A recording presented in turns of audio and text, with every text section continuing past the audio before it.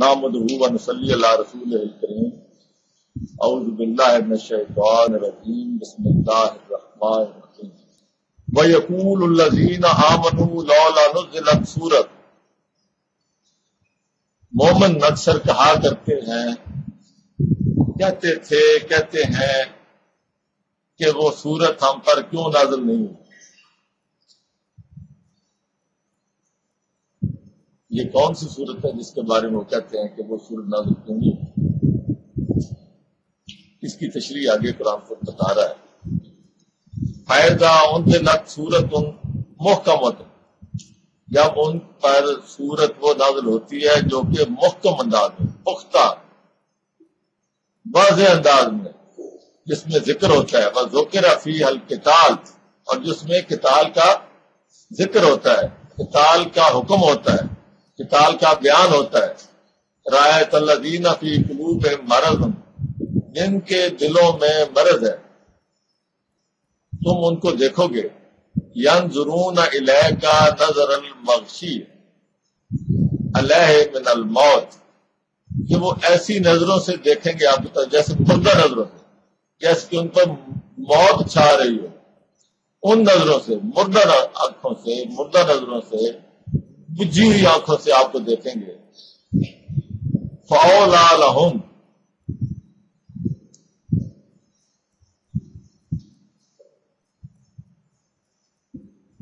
فَأَوْلَىٰ لَهُمْ، اس کا اکثر ترجمہ ہمارے ہاں یہ کیا جاتا ہے کہ خرابی ہے ان کے لیے۔ یہ ایک عربی کا مقولہ ہے، در حقیقت یہ اس میں سے اس کا ترجمہ لیا جاتا ہے، لیکن اس کا ترجمہ یہاں وہ نہیں۔ اصل بات ہے فَأَوْلَىٰ لَهُمْ، یہ در حقیقت پوری جو صورت ہے اس کا ایک انداز ایک مختلف قسم کا ہے سورہ محمد کا۔ اس کے آخر میں آپ دیکھیں گے، میں نے پہلے دفعہ بھی عرض کیا تھا کہ یہ ایک تمام صورتوں کے مختلف انداز ہیں بیان کے، اور جن لوگوں کی نظر ہے قرآن کی جو اسلوب ہے، جو اس کا جو اللہ پاک نے اس کے اندر ایک فن رکھا ہے، ہر ایک صورت کا ایک الگ آہنگ ہے، اس کا الگ انداز ہے، تو اس آہنگ اس انداز کو جو لوگ صحیح طرح سمجھتے ہیں ان کے سامنے جب بھی کوئی آیت پڑھی جاتی ہے، ان کو جو تو پوری طرح اس پہ راسخ ہے وہ تو فوراً پہنچ جاتے ہیں کہ یہ فلاں صورت کی آیت ہے، اور جو ہمارے جیسے لوگ ہیں وہ بھی 70% 80% سمجھ جاتے ہیں کہ یہ اس صورت میں سے یا اس طرح کی صورت جو ہے اس میں سے یہ ہے مختلف۔ یہ سورہ محمد جو ہے یہ اپنے بالکل منفرد انداز سے ہے، اس کی تمام آیات اس کے آخر میں ہم لہم، اسی طرح کا آخر میں اس کا جو یہاں وہ جس کو ہم ردیف کہیں یا کافیہ کہیں یہاں کے ملتا ہے۔ تو در حقیقت فَأَوْلَىٰ لَهُمْ، یہاں بات ختم نہیں ہوئی، در حقیقت وہ کافیہ کو یہاں رکھنے کے لیے اس کو یہاں روک کے اگلی جو آگے طاعتم و قول معروف، اب طاعتم و قول معروف کے ساتھ کوئی فعل نہیں ہے، کوئی کچھ نہیں ہے، سوائے سے کہ دو مصدر بیان کر دیے۔ اگر آپ اس کو اس کے ساتھ ملا کے دیکھیں گے تو آپ کو زیادہ واضح بات آ جائے گی۔ اصل لفظ بنتا ہے فَأَوْلَىٰ، دیکھیں نا جہاں بات آئی اس سے پہلے نظر المغشی علیہ من الموت، یہاں بات ختم ہو جاتی ہے، آگے ہے فَأَوْلَىٰ لَهُمْ طاعتم و قول معروف۔ جبکہ وہ کہتے تھے کہ وہ آیت ایسی آئے، ہمیں کوئی حکم آئے، ہم اللہ کے راستے میں قتال کرنے کو تیار ہیں، اور جب قتال کا حکم آ گیا تو اس کے بعد جن لوگوں کے دلوں میں مرض تھی، یعنی جو اوپر سے کہتے تھے، اندر یقین نہیں تھا، جو لوگوں کو دکھانے کے لیے ریاکاری کے لیے کہتے تھے، مرض اس کو کہتے ہیں کہ جو اپنے یقین کے ساتھ لوگوں کے دکھاوے کے لیے، جس کے اندر یقین نہ ہو، لوگوں کا دکھاوا ہو اور صرف اپنی بات کو کہ جی میں بڑا وہ ہوں، اندر سے وہ بات نہ ہو۔ تو اندر ایمان اس لیول پہ نہیں تھا، یقین اس لیول پہ نہیں تھا، لیکن لوگوں کی ہاں میں ہاں ملاتے اور کہتے تھے کہ جی قتال کی آیت آئے گی، حکم آئے گا تو پھر دیکھیں ہم کیا کرتے ہیں۔ ہم ان کو منافقین کہہ سکتے ہیں، لیکن یہاں قرآن میں ایسے لوگ بھی ہیں، ان لوگوں کا بھی ذکر ہے کہ جو منافق نہیں تھے لیکن در حقیقت دنیاوی مفادات کی وجہ سے بعض اوقات سلپ کر جاتے تھے، یعنی بعض اوقات ان کے ساتھ ایسا معاملہ، انسان بشر ہے، بشری کمزوریوں کے ساتھ وہ سلپ ہو جاتے تھے، پھسل جاتے تھے۔ یہ سورہ جو بدر ہے، جنگ بدر کے وقت بھی ایسا ہوا کہ وہاں بھی اللہ پاک فرمایا تم میں 2 گروہ ہو گئے۔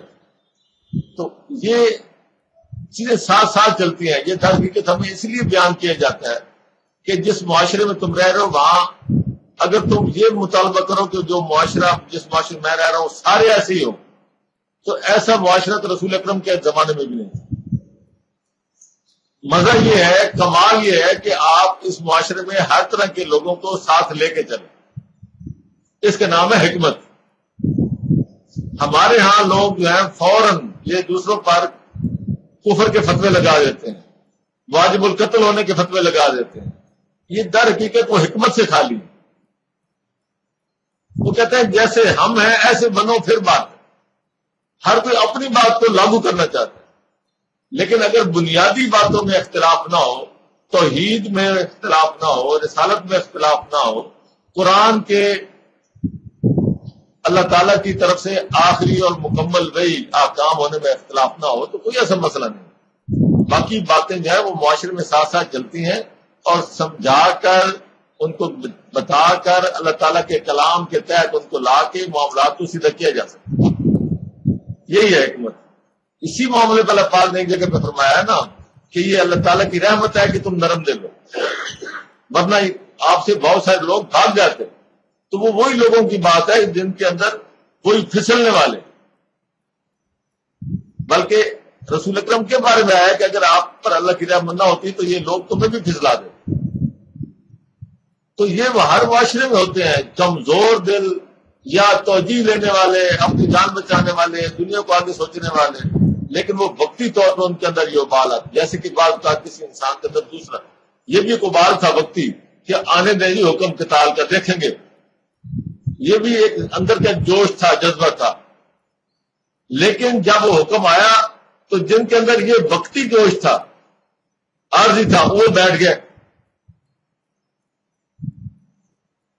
تو یہ اس طرح کا عارضی جوش کا پیدا ہونا، بعض اوقات آپ کسی جلسے میں شریک ہوتے ہیں، مقرر جو ہے وہ آپ کو اپنی خطابت میں بھاگ کے لے جاتا ہے، آپ فوراً وہ چندے کی اپیل ہوتی ہے، آپ اپنی جیب سے سب کو نکال کے دے دیتے ہیں، عورتیں اپنے زیور اتار کے دے دیتی ہیں۔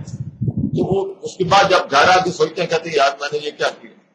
ایسا اکثر ہوتا ہے، لیکن اللہ پاک چاہتے ہیں کہ ایسے لوگ بھی ہیں اس معاشرے میں جو کہ باقاعدہ ہوش و آواز کے ساتھ سوچ سمجھ کر سب کچھ لٹانے کے لیے، اللہ کی راہ میں لٹانے کے لیے بھی تیار ہیں، اور اب ان کی کنوکشن اتنی زبردست ہے کہ وہ اللہ کے ساتھ جیسا بھی حکم ہے، جان دینے کا حکم ہے تو جان دینے کو تیار ہے، جس طرح کا حکم ہے اسی طرح کے حالات میں اپنے آپ کو ڈالنے کے لیے تیار ہے۔ اور کچھ وہ لوگ ہیں جن کو باقاعدہ پھر تبلیغ کرنی پڑتی ہے، ایسے بھی لوگ ہوتے ہیں۔ اور کچھ وہ لوگ ہیں جن کی طرف ڈاکٹر صاحب نے اشارہ کیا، منافقین، کہ جن کا کبھی ارادہ ہوتا ہی نہیں ہے، لیکن وہ اوپر اوپر سے اپنے آپ کو کور کرنے کے لیے جو طاقتور ہوتا ہے اسی کے ساتھ لگ جاتے ہیں۔ اس لیے اللہ پاک نے ایک جگہ فرمایا سورہ حج میں 22 یہ جتنی میں نے باتیں کی، یہ ایک ہے کہ ان سب کے حوالے سے آپ کو کر دے گی۔ سورہ حج کا 22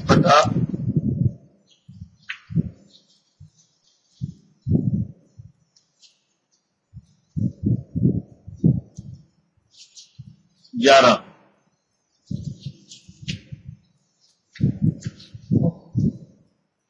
یہاں کچھ تھوڑا سا وہ انسانی نفسیات پر تھوڑی سی بحث کی گئی ہے۔ اصل میں ہم تھوڑا سا ان باتوں میں ذرا باریک نہیں جاتے۔ ایک وہ لوگ ہیں، اگر ایت نمبر لیں آپ 8، وَمِنَ النَّاسِ، اور لوگوں میں سے ایسے لوگ بھی ہیں، مَن یُجَادِلُ فِی اللَّہِ بِغَیرِ عِلْمٍ وَلَا ہُدًى وَلَا کِتَابٍ مُنِیرٍ۔ لوگوں میں کچھ ایسے لوگ بھی ہیں جو بحث کرتے ہیں، جھگڑا کرتے ہیں بغیر علم، نہ کوئی علم یعنی علم کے بغیر، ولا ہدم، کو منزل ہوتی ہے،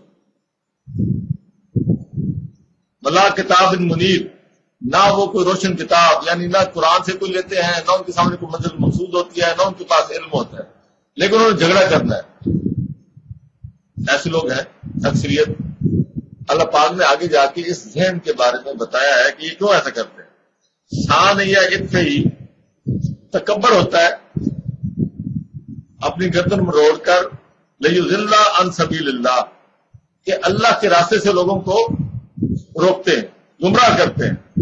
ایسے لوگوں کے لیے کیا ہے؟ لہو فی الدنیا خزی، دنیا میں بھی ان کے لیے کیا ہے؟ ذلت ہے، اور قیامت کے دن ہم ان کو عذاب دکھائیں گے۔ اب اس کو اگلی آیت آتی ہے ایک چھوڑ کے، جہاں میں آپ کو لانا چاہتا ہوں، آیت نمبر 11، وَمِنَ النَّاسِ، اور لوگوں میں کچھ ایسے لوگ بھی ہیں، یہ ایک اور ذہنیت ہے، مَن یعبد اللہ علی حرف، جو اللہ کے ساتھ وابستگی اختیار کرتے ہیں علی حرف، کنارے پر رہتے ہوئے، یعنی معاشرہ جو ہے اندر کور نہیں بنتے معاشرے کی، اپنی کنوکشن اور اپنے ایمان سے وہ اس معاشرے کا مرکز نہیں بنتے، وہ کنارے کنارے پہ رہتے ہیں۔ کیوں رہتے ہیں؟ فَإِنْ أَصَابَهُ خیر، اگر تو بھلائی ہو، یعنی مسلمانوں کا یا جس معاشرے میں رہ کر اس کو غلبہ مل رہا ہو، تو پھر تو اسی کے ساتھ بالکل ٹھیک تھی، پھر انہی کے ساتھ ہے، انہی کا جھنڈا اٹھائے پھرتے ہیں۔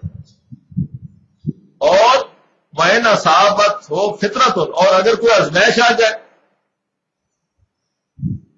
انقلب علی وجہہ، تو فوراً اپنا منہ جو ہے وہ پھیر لیتا ہے دوسری طرف، کیونکہ باہر والے کنارے پہ ہوتے ہیں تو فوراً دوسرے غنیم کے ساتھ شامل ہو جاتا ہے۔ جس کو یہ بالکل ایسے ہی ہے جیسے کہ امریکہ نے افغانستان پہ حملہ کیا، تو جو کور تھی وہ لڑ رہی ہے، اور جو علی حرف تھے وہ ان کے ساتھ ہو گئے، ڈالر ملے، اور جب یہ دیکھا کہ اب یہ تو گئے، ان کے ساتھ ہو گئے۔ اسی طرح ہماری سیاسی جماعتوں میں بہت سارا ایسا مسئلہ ہوتا ہے کہ جب وہ دیکھتے ہیں کہ یہ حکومت ان کو ملنے والی ہے، تو وہ جناب پرانے مسلم لیگی یا پرانے پیل پر وہ بن کے آ جاتے ہیں۔ جب دیکھتے ہیں کہ اب ادھر معاملہ ہو رہا ہے تو ادھر ہو جائیں گے، جب دیکھتے ہیں کہ ملٹری آنے والی ہے تو ادھر ہو جائیں گے۔ تو یہ اللہ حرف، یہ بھی ایک ذہنیت ہے جو آپ مشاہدہ بھی کرتے ہیں، اور قرآن نے اسی نفسیات اور اسی مشاہدے کی بات کی۔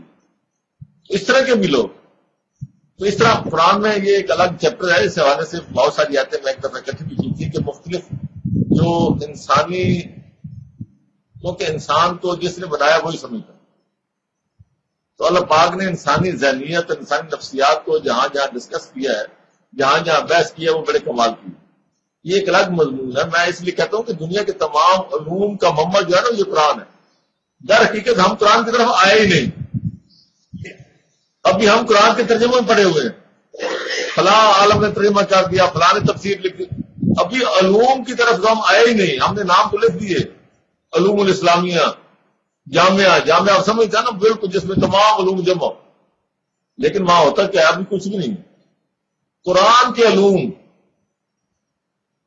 قرآن کے حوالے سے جو تاریخ کو ڈسکس کیا گیا ہے، قرآن کے حوالے سے جو انسانی نفسیات کو ڈسکس کیا گیا ہے، قرآن کے حوالے سے جو حکومت اور عوام کے تعلقات کو ڈسکس کیا گیا ہے، یہ پوری سائنس ہے، سیوک، جس کو سیوکس کہتے ہیں، اس طرح کی سائنس ہے۔ یہ سب سے بڑی بات جو میں نے دیکھی ہے کہ قرآن ایک ایسی بات ہے، ہاں فلسفے کی بات ہے، قرآن نے فلسفے کو بات کی۔ قرآن کہتا ہے کہ پہلا فلسفی جو تھا وہ حضرت ابراہیم تھے۔ ہم پہلے فلسفی وہاں لیتے ہیں فلسفہ غوث یا ارسطو یا سقراط وغیرہ سے۔ قرآن نے ہر جگہ پہ بات ڈسکس کی۔ سب سے بڑی بات جس کی طرف ہماری نظر نہیں گئی، قرآن نے ایک ایسی حقیقت کو بیان کیا ہے کہ یہ قرآن کا ایک اعجاز ایسا ہے، قرآن کا اعجاز ایسا ہے قرآن کا، کہ یہ اگر آپ لوگوں کو پیش کریں، جب تک یہ قرآن آپ نے پیش نہیں کیا لوگوں پر حجت قائم نہیں ہوتی۔ لوگ جو ہے وہ اللہ تعالیٰ کے عذاب سے بری، پوری قوم میں۔ میں یہ سمجھتا ہوں کہ آج پورا یورپ جو ہے وہ اس لیے بری ہے بالکل کہ ہم نے ان کو قرآن پیش ہی نہیں کیا۔ قرآن یہ کہتا ہے کہ سب سے پہلے تمہارا کام یہ ہے کہ قرآن پیش کرو، اس کے بعد ان کو فیصلہ کریں گے کہ اس کو مانتے ہیں یا نہیں مانتے، پھر ان کا جو رد عمل ہوگا قرآن کے معاملے میں، پھر اس کے مطابق اللہ پاک ان کے ساتھ فیصلہ کرے۔ ابھی ہم نے ان کو مکلف نہیں ٹھہرایا، ابھی ہم نے وہ کام کیے نہیں جو قرآن نے ہمیں کہا تھا کہ وجاہدہم بہی جہادن کبیرہ، ان کے ساتھ ابھی ہم نے جہاد کبیر اس کے ساتھ نہیں کیا، اس لیے ہمیں مار بھی پڑ رہی ہے اور ان کو غلبہ بھی ہے۔ وہ مکلف ہم نے ان کو بنایا ہی نہیں ہے، آپ یہ کر کے دیکھیں۔ اور قرآن نے فرمایا کہ جگہ جگہ پہ اگر آپ اس کو 6/122 چلتے چلتے میں اور طرف نکل گیا ہوں لیکن ساتھ لے لیں، مجھے یاد آ گئی ہے، آپ کر کے دیکھیں پھر آپ کو پتہ چلے۔ لیکن ہمارا ایمان ہی اور ہے، ہم اور طرف گئے ہوئے ہیں، ہم فرقوں میں پڑے ہوئے ہیں، اپنے اپنے فرقوں کی حقانیت جو ہم قرآن سے ثابت کر رہے ہیں، کتنا بڑا ظلم ہے۔ یہی قرآن کہتا ہے کہ وَلَا تَكُونُوا مِنَ الَّذِينَ فَرَقُوا فِي دِينِهِمْ، ان لوگوں میں سے نہ ہو جانا جنہوں نے دین میں فرقے بنا لیے، اور ہم اپنے فرقے کی حقانیت قرآن سے ہی ثابت کرتے ہیں۔ ابھی ہم کہاں، قرآن کہاں، اسلام کہاں، ابھی بہت بڑا فاصلہ ہے۔ ابھی صرف باتیں ہیں۔ 6/122 اگر آپ کو مل گئی ہے اور اللہ کرے وہی ہو،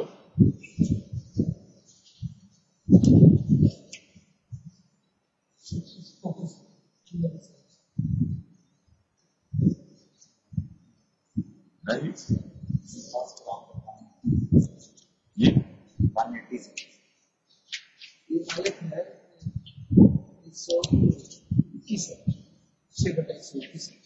میں ہے۔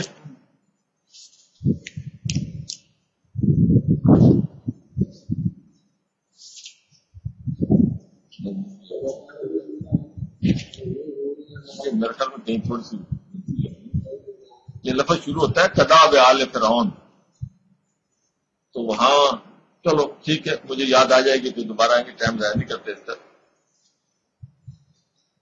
کذاب آل فرعون سے یہ آیت شروع ہوتی ہے اور بڑا وہاں بہترین اتنا زبردست ڈسکس کیا گیا ہے کہ قرآن کے حوالے سے مارا تو فرمایا اللہ پاک نے یہاں، ہم واپس آتے ہیں کہ جن لوگوں کے دلوں میں مرض تھا، جن کے ایمان کمزور تھے، جو اوپر سے نعرہ بازی کر رہے تھے، جب قتال کی آیت آ گئی،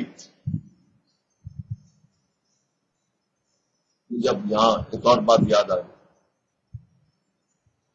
وہ یہ کیوں کہتے تھے کہ اللہ کی کوئی آیت نازل ہوگی تو ہم اس پر پھر کام کریں گے۔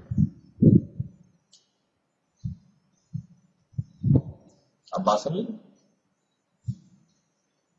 جب تک آیت نازل نہیں ہوئی اس طرح کی قتال کی، رسول نے بھی ان کو نہیں کہا، ان کو ایسی کوئی حدیث نہیں دی، ورنہ اطاعت رسول فرض تھی نا ان کو، جن کو اللہ پاک حکم دے رہے، وہ بھی انتظار کر رہے تھے کہ اللہ کا حکم آئے، رسول بھی انتظار کر رہے تھے کہ اللہ کا حکم آئے۔ جب اللہ کا حکم آیا تو اس کے بعد پھر رسول اکرم صلی اللہ علیہ وسلم نے ان کو اس کی تفصیلات بھی تھیں، تشریح بھی تھی، سب کچھ دیا، لیکن انتظار کس چیز کا تھا؟ اللہ کے حکم کا۔ تو اللہ کا حکم آتا ہے اور اس کے بعد پھر اس کی تشریح کا سوال پیدا ہوتا ہے۔ اللہ کا حکم آئے ہی نہ اور تشریح پہلے آنی شروع ہو جائے، ایسا نہیں ہوتا۔ یہی بات 5/103 میں کہہ گئی ہے، لیکن وہاں بعد میں آئیں گے۔ فرمایا کہ ان پر جب آ گئی وہ حکم تو پھر اب ان پر موت کی غشی طاری ہوگی۔ موت کی غشی اس لیے کہا گیا کہ قتال میں یا تو غازی یا شہید، موت تو آنی ہے، تو ان کو پہلے اپنی موت نظر آنی شروع ہوگی۔ فرمایا کہ فَأَوْلَىٰ لَهُمْ، ان کے لیے سب سے قریب ترین تو یہ بات تھی، اولا سب سے ان کے قریب ترین بات جو تھی وہ یہ تھی، یہ اولا کا مطلب ہوتا ہے قریب ہونا کسی بات کے، کسی بندے کے۔ اس کا قرآن شریف میں ایک جگہ پہ اور جگہ بھی آیا، وہاں ترجمہ بھی یہی کیا گیا کہ قربت کے حوالے سے ان اول الناس، سورہ عذاب نہیں، ان اول الناس، سورہ آل عمران، ان اول الناس ابراہیم، ابراہیم کی قربت کے دعوے دار تو وہ لوگ ہیں للذین اتبعوہ، جنہوں نے اس کی اتباع کی۔ تو اولا اس چیز کا قریب ہونا، حقدار ہونا، تو فرمایا فاولا لہم، وہ حقدار جو اس بات کے تھے، ان کا کام تو یہ تھا طاعتم وقول معروف، تو اطاعت کرتے، حکم جب آ گیا اطاعت کرتے، وقول معروف، اور اس کے مطابق اپنا جواب دیتے۔ فَإِذَا عَزَمَ الْأَمْرُ، پھر جب بات پختہ ہو جائے، جب بات پختہ ہو گئی، عزم ڈٹ گئے اس بات پہ، فلو صادق اللہ لکان خیر لہم، تو جو اگر یہ لوگ اللہ سے سچے رہتے، اپنی بات پہ قائم رہتے، جو اللہ کے ساتھ وعدہ کر رہے تھے کہ اگر ایت آئے گی، اللہ سے ہی کہہ رہے تھے نا، اللہ سے وعدہ کر رہے تھے کہ اگر اللہ تعالیٰ کو ایت بھیجے، کوئی حکم بھیجے قتال کا، تو ہم آگے بڑھ کے قتال کریں گے۔ تو اچھی بات تو یہ تھی کہ یہ پھر اپنے اس اللہ تعالیٰ کے ساتھ اپنی بات کو سچ ثابت کرتے۔ فَهَلْ عَسَیْتُمْ إِن تَوَلَّیْتُمْ أَن تُفْسِدُوا فِي الْأَرْضِ وَتُقَطِّعُوا أَرْحَامَكُمْ أُولَٰئِکَ الَّذِینَ لَعَنَهُمُ اللَّهُ وَأَصَمَّهُمْ وَأَعْمَىٰ أَبْصَارَهُمْ۔ تو کیا فَهَلْ عَسَیْتُمْ، تو کیا اس معاملے میں، ان تولیتم، اگر تم منہ پھیر لو، یا دوسرے لفظوں میں کہ یہی لوگ، اس طرح کے ذہنیت والے لوگ جو میٹھا ہاپ اور کڑوا تھو، اس طرح ذہنیت والے لوگ اگر تولیتم حکمران بن جائیں، اس طرح کے لوگ اگر حکمران بن جائیں، ان تفسدوا فی الارض، تو یہ زمین میں فساد پیدا کر، وَتُقَطِّعُوا أَرْحَامَكُمْ، اور اپنے تمام رشتے ناطے توڑ ڈالیں۔ جو طاقتور کے ساتھ لگتا ہے وہ اس کے بعد اپنے رشتہ دار، اپنے عزیز و اقارب یا اپنے تعلقات وہ نہیں دیکھتا۔ یہ ایسے ہی ہوا ہے، ابھی ہمارے ساتھ ایسے ہوا ہے۔ طالبان اور امریکہ کا مقابلے کے دوران جن لوگوں نے، جو طاقت کے ساتھی تھے، انہوں نے ایسے ہی کیا ہے، اپنا ثابت کرنے کے لیے امریکہ کے ساتھ وفاداری، انہوں نے اپنے ہی بندوں کے ساتھ وہی تعلقات، اپنے ہی گروپ، اپنی پارٹی، ان کو مخبیہ کی۔ ہر جگہ ایسا ہوتا ہے، ایسے لوگ ہر جگہ پائے جاتے ہیں۔ اولئک الذین لعنہم اللہ، ایسے لوگ ہیں جن پر اللہ تعالیٰ کی طرف سے کیا ہے؟ لعنت۔ فَأَصَمَّهُمْ وَأَعْمَىٰ أَبْصَارَهُمْ، اللہ پاک نے ان کو کیا کر دیا؟ بہرا کر دیا اور اندھا کر دیا۔ بہرا اور اندھا، نہ کانوں سے وہ کوئی بات نصیحت کی سننے کو تیار ہیں، نہ ان کو نصیحت کی کان ان کے اندر پڑتی ہے، اور نہ وہ حقائق دیکھ رہے ہیں۔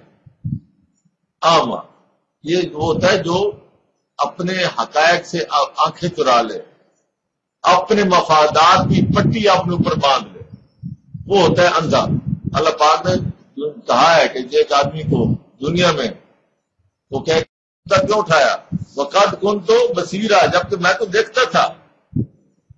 تو آگے سے اللہ پاک نے یہی جواب دیا ہے کہ یہ دنیاوی مفادات کی پٹی جو اپنے سامنے رکھتا ہے وہ اندھا ہوتا ہے۔ اس کا مفہوم جو وہ یہ ہے کہ وہی اندھا ہوتا ہے، ضروری کہ جو آنکھوں سے دیکھتا ہے وہ اندھا ہے۔ ایسے لوگ ہوتے ہیں جو آنکھوں سے دیکھتے ہیں، اس کے باوجود وہ اندھے ہیں، عقل کے اندھے ہیں، اپنے مفادات کے لیے اندھے ہو جاتے ہیں، نہ رشتہ دیکھتے ہیں، نہ ناطہ دیکھتے ہیں، نہ تعلقات دیکھتے ہیں، وہ بھی اندھے۔ تو در حقیقت اللہ تعالیٰ ان اندھوں کو، باقی جو آنکھوں سے اندھا وہ تو اللہ پاک کے حوالے سے ہوتا ہے، وہ کام ہے، جو پیدائشی اندھے ہیں، بعض اندھے ہو جاتے ہیں، لیکن وہ انسانیت سے ضروری ہے کہ وہ گرے۔ ہو سکتا ہے بطور انسان بہت اچھا ہو، اور ایسا بھی ہے کہ جو اس کی آنکھیں سب سے تیز ہوں، بینائی بالکل ٹھیک ہو، لیکن وہ سب سے اندھا وہی بنا ہوا ہو انسانیت کے حوالے سے۔ تو یہاں انسانیت کے حوالے سے بات ہو رہی ہے۔ افلا یتدبرون القرآن، یہ لوگ قرآن میں تدبر کیوں نہیں کرتے؟ قرآن میں یہ بڑی عجیب و غریب بات ہے، یہ اکثر یہ آیت پڑھی جاتی ہے، یہ آیت اکثر پڑھی جاتی ہے، لیکن اگر آپ سیاق و سباق کے حوالے سے اس کو دیکھیں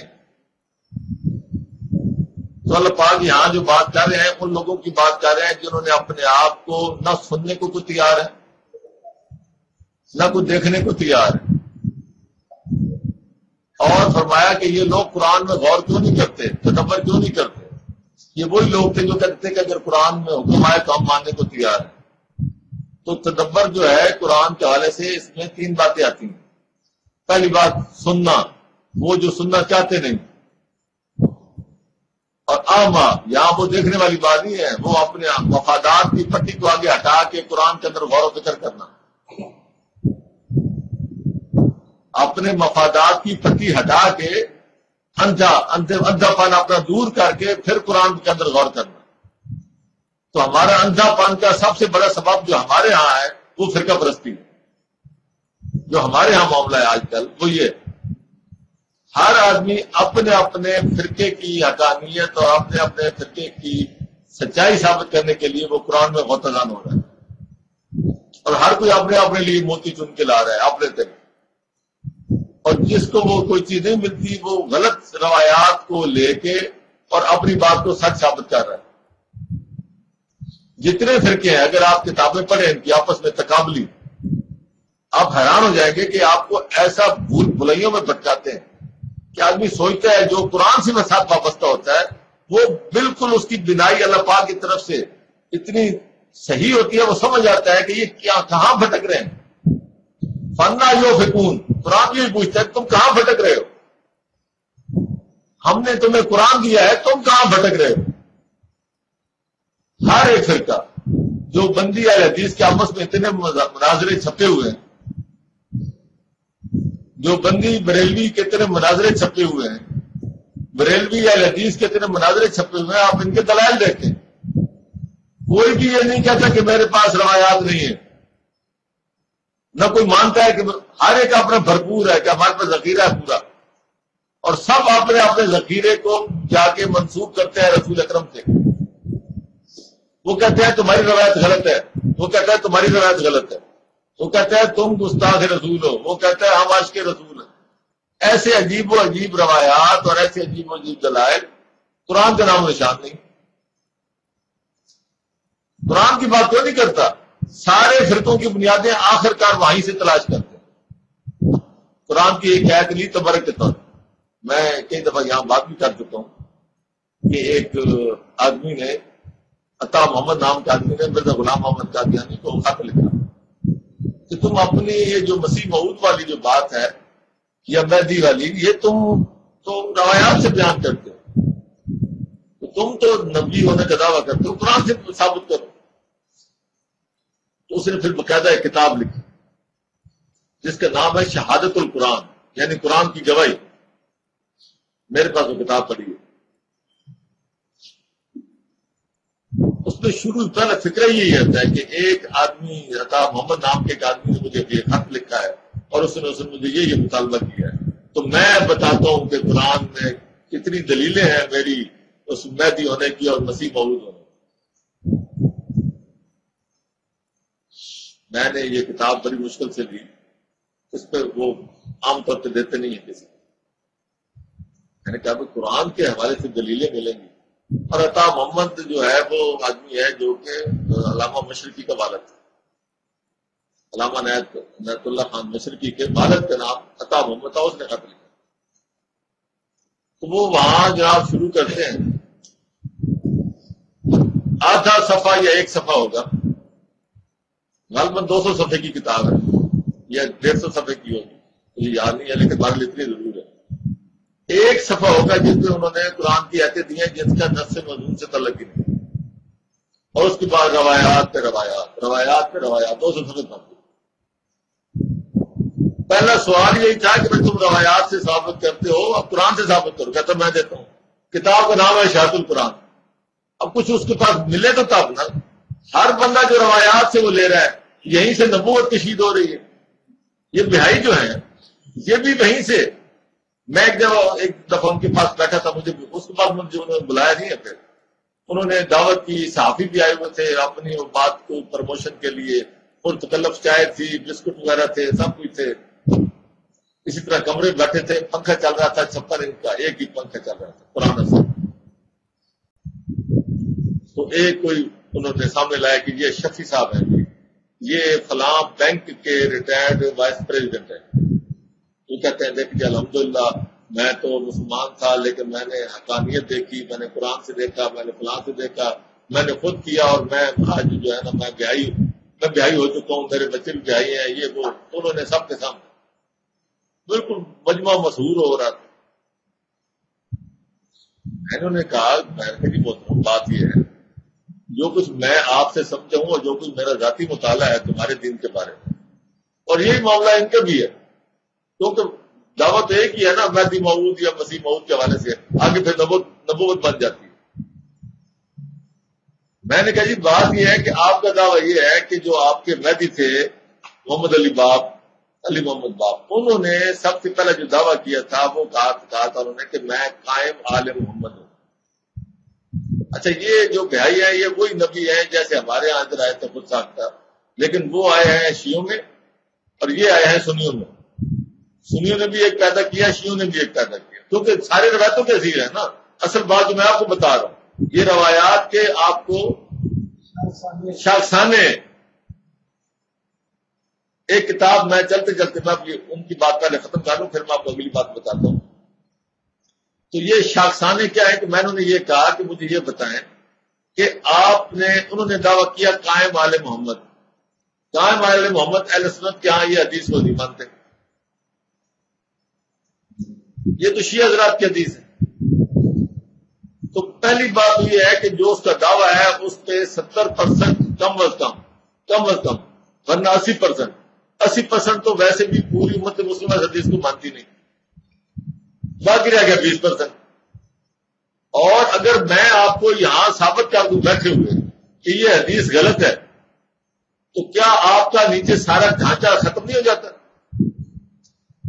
کیونکہ سب سے پہلے دعویٰ اس نے کیا کہ میں قائم آل محمد ہوں، اور اس نے دعویٰ کیا بیت اللہ میں جا کے حج کے موقع پر، اور اس کے بعد اس دعوے پر پھر اس نے یہ کہا کہ میرے بعد پھر ایک باولا وہ آئے گا، میں اس کا مبشر ہوں. تو یہ ساری بات میں کہ اگر پہلا بات ہی غلط ثابت ہو جائے جو دعویٰ ہے، تو میں نے کہا آپ کے دین کی مثال ایسے ہے جیسے یہ 56 انچ کا پنکھا چل رہا ہے جس کی چوڑائی بہت بڑی ہے، لیکن یہ ایک ہک کے ساتھ لگا ہوا ہے. اگر وہ ہک ہی اوپر سے ٹوٹ جائے تو یہ پورے کا پورا دین نیچے آ لگے گا. تو آپ کی بنیاد ہے قائم آل محمد، آپ رسول سے لیتے ہیں. قرآن میں تو بات ہی کوئی نہیں کہ کسی نے آنا ہے. قرآن میں ہوتی تو آپ ہم سے بات کرتے ہیں، پوری امت مسلمہ آپ کی مخاطب ہوتی. اب بھی 80% تو اس کو مانتے نہیں، وہ آپ کو مخاطب ہی نہیں. جو مانتے ہیں اگر ہم ان کو بھی ثابت کر دیں کہ یہ حدیث غلط ہے تو اس کا مطلب کہ ایک حدیث کا غلط یا صحیح ہونا ثابت کرنے سے پورا آپ کا دین نیچے آ جاتا ہے. تو دین ایسے نہیں ہوتا. دین کے پیچھے ایک مستحکم لاریب کتاب ہوتی ہے جو اس کا دعویٰ ہوتا ہے کہ اس جیسی کوئی بنا کے لاؤ. ہمارے یہاں بھی جتنے فرقے ہیں سارے اسی طرح اپنی روایت کے اسیر ہیں. ہم کہتے ہیں کہ اس کی طرف آؤ، وہ کہتے ہیں یہ منکر حدیث. ہم کہتے ہیں ہم کہتے ہیں کہ سنت اس میں رسول اتنا ہی لازم ہے، اتنا ہی ضروری ہے جتنا کہ قرآن ہے، کیونکہ وہ قرآن کا ہی حکم ہے. پھر بھی تسلی نہیں ہوتی. ہم کہتے ہیں کہ جتنی حدیث ہیں جو رسول سے منسوب ہے، رسول اکرم نے ڈائریکٹ آپ کو حدیث کسی کو نہیں دی. امام بخاری کو ایک حدیث کی ڈائریکٹ رسول اکرم نے بیان نہیں کی، انہوں نے راویوں سے لی ہے. ہم یہ کہتے ہیں کہ ان کو راویوں سے لینے میں غلطی ہو سکتی ہے اور ہوئی ہے. ہم کہتے ہیں کہ اس کو قرآن کے ساتھ منطبق کرتے جاؤ. ایک کام انہوں نے کیا ہے، دوسرا کام آپ کر لو. وہ کہتے ہیں نہیں وہ حرف آخر ہے امام بخاری، اس کو وہ درجہ معصومیت کا رسول سے بھی زیادہ دے دیتے ہیں. وہ کہتے ہیں جو اس کا انکاری ہے وہ کافر ہے. اب آپ کہاں جائیں؟ یہ کتاب کہاں جائے؟ جب ہم کہتے ہیں کہ اس کی سپرمیسی قائم کرو تو اس طرح آتے ہی نہیں. اگر وہ سچے ہیں وہ کہتے ہیں کہ وہ اس کے برابر تو آئے نا میدان میں. جب اس کو بھی مانتے ہیں تو ہم یہ کہتے ہیں کہ اس کے تحت لے لو. سانس کو ہاتھ کیا معلوم ہے ان کو بھی، لیکن وہ کہتے ہیں نہیں مانو. اس حوالے سے ہم یہ کہتے ہیں سنت رسول فرض ہے. ہم یہ کہتے ہیں کہ جو ثابت ہو جائے قرآن سے وہ حدیث آپ کے لیے فرض ہے، کوئی مسئلہ ہی نہیں ہے. جھگڑا کیا ہے مجھے آج تک سمجھ نہیں ہے. میں جہاں بھی گیا ہوں میں نے یہ مطالبہ کیا ہے، میں نے یہ بات کی ہے. میں کہتا ہوں کہ یہ لا ریب ہے، وہ لا ریب نہیں ہے. کہتے ہیں جی ٹھیک ہے. میں کہتا ہوں جی یہ جو الفاظ ہیں قرآن کے ہی ہیں، وہ الفاظ رسول کے اپنے نہیں ہیں، آگے بیان ہوئے ہیں، ان میں کمی بیشی ہے. کہتے ہیں جی ٹھیک ہے. میں کہتا ہوں جی اس میں کوئی انسانی کام نہیں ہوا چھانٹی کا، اور اس میں انسانی کام ہوا چھانٹی کا، وہاں غلطی کے امکان ہیں. کہتے ہیں جی بالکل ٹھیک ہے. یہ بہت ساری باتیں میں 8-10 ان سے جب منواتا ہوں اس کے بعد کہتا ہوں کہ آپ بتاؤ. کہتے ہیں جی اس کو ماننے بغیر چارہ نہیں، یہ کہاں سے لو گے، وہ کہاں سے لو. میں کہوں وہ میرا کام ہے آپ کو بتانا. پہلے جو دلیل ہے، جو پہلے اصول ہے، وہ تو جب تم نے مان لیے تو پھر آگے چلو. سنت ایک ایسی چیز ہے جس سے کوئی چیز باہر نہیں رہ جاتی. کہتے ہیں قرآن نماز کہاں سے لوگ، بھائی سنت رسول ہے، یہ آ رہی ہے تواتر سے، اس کی سند کی ضرورت نہیں ہے. اذان ہو رہی ہے، ایک آدمی اذان دے رہا ہے، اذان کے لیے تو آدمی کہے مجھے فلاں راوی نے بتایا، اس کو فلاں راوی، یہ تو بات ہی نہیں ہے، بچوں والی بات. اذان روزانہ دن میں 5 دفعہ ہوتی رہی ہے، اس کے لیے راوی کی کیا ضرورت ہے، سند کی کیا ضرورت ہے. جو سنت ہے اس کے لیے سند کی ضرورت نہیں ہوتی، جو تواتر ہوتی ہے. اس لیے قرآن میں تواتر میں سند کی ضرورت نہیں ہے. اس قرآن کی کوئی سند نہیں ہے کہ یہ فلاں نے دیا پھر فلاں نے دیا پھر فلاں نے دیا، ہو ہی نہیں سکتا. نہ اس کا کوئی مصنف ہے، یہ تواتر سے آ رہا ہے. یہ لوگوں کے سینوں میں پہلے دن سے اللہ پاک نے حفظ کرا دیا، اور حفظ در حفظ در حفظ در حفظ آ رہا ہے، قیامت تک چلے گا. اب تو انٹرنیٹ کا زمانہ آ گیا، اب تو کمپیوٹر کا زمانہ آ گیا، اب تو بات ہی اور ہوگی. جب کچھ بھی نہیں تھا اس وقت بھی یہ سپرمیسی تھی، یہ اس وقت بھی اس کا دعویٰ موجود تھا کہ جیسا کوئی لاؤ بنا کے. یہ قرآن ہے. تو ہم بات کرتے ہیں جہاں سے ہم چلے تھے، افلا یتدبرون القرآن، کہ آپ قرآن میں غور کیوں نہیں کرتے. قرآن نے جہاں بھی بات کی ہے، تدبر کی دعوت دی ہے، عقل اختیار کرنے دعوت کی ہے، تو کس میں دی ہے؟ صرف قرآن میں دی ہے. یہ نہیں کہا کہ تاریخ میں سبق سیکھو جی، فلاں کے اقوال میں سبق سیکھو جی، فلاں امام کو دیکھو جی، فلاں شخصیت کو دیکھو جی. شخصیات کے انبیاء کے اعمال بتائے ہیں کہ انہوں نے کیسے کام کیا. قرآن ان کے حالات بیان کیے، جو قرآن نے حالات بیان کیے ہیں وہی صحیح ہے. بندوں کے بیان کیے ہوئے حالات کبھی صحیح نہیں ہوتے. میں آپ کو ایک مثال دیتا ہوں، بلکہ 2 مثالیں لے لیں ایک ہی تاریخ کے حوالے سے. ہمارے ہاں تاریخ کل کی بات ہے. ہم مغل اعظم اکبر، ہندوؤں کے ہاں تاریخ میں اس کا جو مقام ہے، ہم نے اس مقام کو اپنے آپ بہت ہی گرایا ہوا ہے.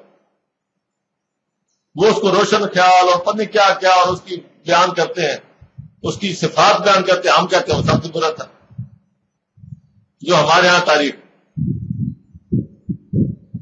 اورنگزیب عالمگیر کے بارے میں ہم کہتے ہیں درویش صرف تھا، یہ تھا وہ تھا. جتنی ہم اس کی تعریف بھی کرتے ہیں اتنی کوئی بھی نہیں کرتا، اور وہ جتنا اس کو وہ برا سمجھتے ہیں. اور ان کے پاس باقاعدہ قصے ہیں، کہانیاں ہیں کہ فلاں فلاں وقت اس نے کیا کیا. یہ بھی سب کے سامنے ہے کہ اس نے اپنی بادشاہت کے لیے اپنے 3 بھائیوں کا خون کیا.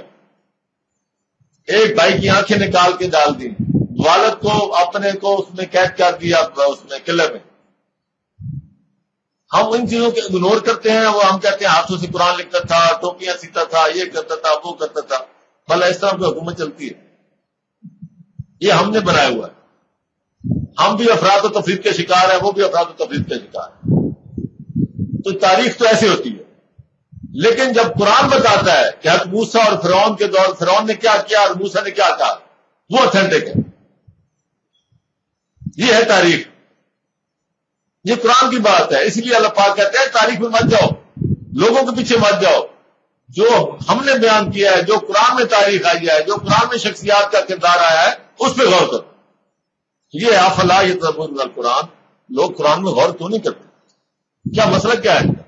ہم علی قلوب اقفالھا. اب اقفالھا کیا ان کے کیا دلوں پر ان کے قفل ہیں؟ کن کے؟ اب یہاں 3 باتیں آتی ہیں اور تینوں ہی ثابت ہیں. یہاں وہ تینوں کی بات ایک بنتی ہے. پہلی بات یہ ہے کہ دل اتنے سخت ہو چکے ہیں کہ دل بذات خود، وہ کہتے ہیں نا، یہودی کہتے تھے کہ ہمارے دل جو ہے وہ بل قلوب، کیا ان کے دل بند ہو گئے، یہ قرآن کی طرف آنا ہی نہیں چاہتے، کفر لگ گئے. اور اس سے پہلے ایک بات آئی ہے، ایک کفر لگتا ہے فرقے کا کہ میں جو ہوں میں صحیح ہوں، کیا مجھے ایک صاحب نے ٹیلی فون کیا پتہ نہیں آج آیا ہے کہ نہیں آیا کہ جی کیا سارے لوگوں نے نہیں سمجھا، آج آپ سمجھ گئے؟ مجھے اس کی بات بہت اچھی لگی. ٹیلی فون پر کہا جی کہ آپ جو بات کرتے ہیں کیا یہ سارے جو لوگ تھے پہلے وہ نہیں سمجھے، صرف آج سمجھے، آپ سمجھے؟ دیکھیں اتنا بولڈ بات جو ہوتی ہے نا یہ بہت اچھی ہوتی ہے. اس کی وجہ یہ ہے کہ ہمارا اتنا اوپر وہ بڑی ہے تاریخ کی گرد کہ اس کو جھاڑنے کے لیے یہ اور قرآن کو سامنے لانے کے لیے بڑی محنت کی ضرورت ہے. اور اس کے لیے یہ بات اس طرح کی بات بولڈ بات جو ہے یہ بہت اس طرح کی بات ہونی چاہیے، فرینک گفتگو ہونی چاہیے. تو فرقے کا جو بندش ہے وہ بھی رکاوٹ بنتی ہے. اور تیسری وہ ہے مفادات کی جو اوپر بیان ہو رہی ہے. تو کیا مفادات کے کفر لگ گئے؟ تو اب اگر آپ آخر میں جا کے دیکھیں گے تو تینوں کا ایک ہی کفر بنتا ہے، چاہے مفادات ہو، چاہے آپ کے پاس وہ ہو فرقے کا ہو، اور چاہے آپ کے اپنا دل جو ہے وہ کسی ایک کے تحت فٹ ہو چکا ہو. کیا تمہارے دلوں کے اوپر تالے لگے ہوئے ہیں؟ قرآن میں غور کیوں نہیں کرتے؟ تو اللہ پاک نے جو انسان کو توجہ کے لیے جگہ دی ہے، جس کو آپ نے اپنی مائکروسکوپ کے نیچے رکھنا ہے، جس چیز کو جہاں اسٹڈی کرنی ہے، جہاں باریکیوں تک جانا ہے، وہ کیا چیز ہے؟ وہ قرآن ہے. قرآن پہ غور کرو. جہاں جہاں باقی جگہ پہ جاؤ گے وہ جی ریسرچ کر رہے ہیں، جی کس چیز پہ؟ جی امام ابن تیمیہ پہ جی ریسرچ ہو رہی ہے، امام ابن حزم پہ جی ریسرچ ہو رہی ہے، امام ابو حنیفہ پہ لگے رہو. بھائی پہلے یہاں تو پہلے بات کر لو. قرآن پہ ریسرچ ہے ہی نہیں. مجھے چونکہ شوق ہے قرآن کے حوالے سے کتابوں کا، مجھے ملتی نہیں. میں اردو بازار تھک گیا ہوں، ڈھونڈ کو ہے ہی نہیں. شخصیات پہ ریسرچ ہے، کہیں پتہ نہیں کیا کیا. جب قرآن کی آیات کی ریسرچ کی ضرورت پڑتی ہے کتاب ہی نہیں ملتی، ہے ہی نہیں ریسرچ. تو قرآن بار بار کہتا ہے کہ اس پہ غور کرو. افلا تعقلون افلا یتدبرون ان الذین ارتدوا علی ادبارہم. دیکھیں میرے علم میں یہ بات نہیں تھی، میں الفیہ کہہ رہا ہوں، بات آ گئی خود بخود آ گئی. اگلی بات یہ قرآن عجیب غریب، میں کہتا ہوں قرآن ایت سامنے آتی ہے تو اندر جھرجھری پیدا ہو جاتی ہے کہ بات میں کچھ اور حوالے سے کر رہا تھا، لیکن وہی بات قرآن کے حوالے سے، کیونکہ قرآن کا اپنا ایک پیوٹ ہے اور اس کے ارد گرد وہ چلتا ہے. قرآن اپنا ایکسس، جیسے ایک لٹو گھومتا ہے تو وہ اپنے ایکسس کو اوپر ہی رہتا ہے. آپ جو مرضی کر لیں، ایسے ہو جائے وہ رہتا ہے اپنی مرکز پر. تو قرآن بھی اپنی جو تھیم ہے، جو اپنی تعلیم ہے، اس کو چھوڑتا نہیں ہے. آپ کو دنیا جہان کی سیر کرائے گا، آپ کو تاریخ بھی دکھائے گا، باقی انسانوں کا، بادشاہوں کا اور انبیاء کا ٹکراؤ بھی دکھائے گا، باقی قوموں کے حالات بھی آپ کو بتائے گا، لیکن اپنی بات وہی رکھے گا جہاں سے بات وہ شروع کرتا نہیں لاتا. اب آگے بات آئی، ان الذین ارتدوا علی ادبارہم من بعد ما تبین لہم الہدی. وہ لوگ جو مرتد ہو گئے، لوٹ گئے واپس.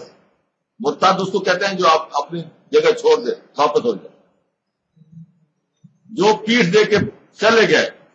اللہ ادبار ہے من بعد، اس کے بعد ما تبین لہم یہ الہدا قرآن ہے. الہدا کی وضاحت کے بعد جب قرآن کی وضاحت آ گئی اور اس کے باوجود وہ پیچھے پھر جائے، پیٹھ دے جائے، قرآن کی تعلیم سے ہٹ جائے، فرمایا شیطان و سول لہم و املا لہم. شیطان نے، در حقیقت یہ شیطان کا کام ہے، ان کو جو ادھر لے کے جاتا ہے وہ جو بھی وجہ ہو، لیکن اس کے پیچھے شیطان ہوتا ہے جو ان کو یہ کام بہت اچھا کر کے دکھاتا ہے. وہ املا لہم، اور ان کو ایک مہلت دلواتا ہے. اللہ پاک فرماتے ہیں نا کہ ہم خود یہ مدعو فی طغیان یعمہون، ہم ان کو مہلت دیتے ہیں اپنی سرکشی میں جس میں وہ لگے ہوئے. تو وہ ان کو جو مہلت ملتی ہے وہ سمجھتے ہیں کہ یہ کام بہت صحیح ہے، شیطان ان کو وہیں لے کے جاتا ہے. اب یہ ہے ما تبین لہم الہدی. اصل بات یہ تھی، یہ تبین لہم الہدی قرآن کی تبیین، قرآن کی وضاحت، یہ 4/115 ہے غالباً.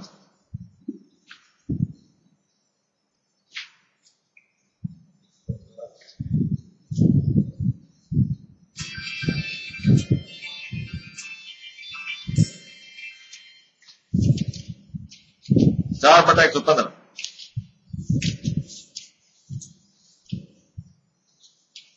اب یہاں اس کی تشریح آ گئی تو وہ کیسے پھرتے ہیں. وَمَن يُشَاقِقِ الرَّسُولَ مِن بَعْدِ مَا تَبَيَّنَ لَهُ الْهُدَىٰ، الہدا کی وضاحت کے بعد جو رسول کا راستہ چھوڑ دے،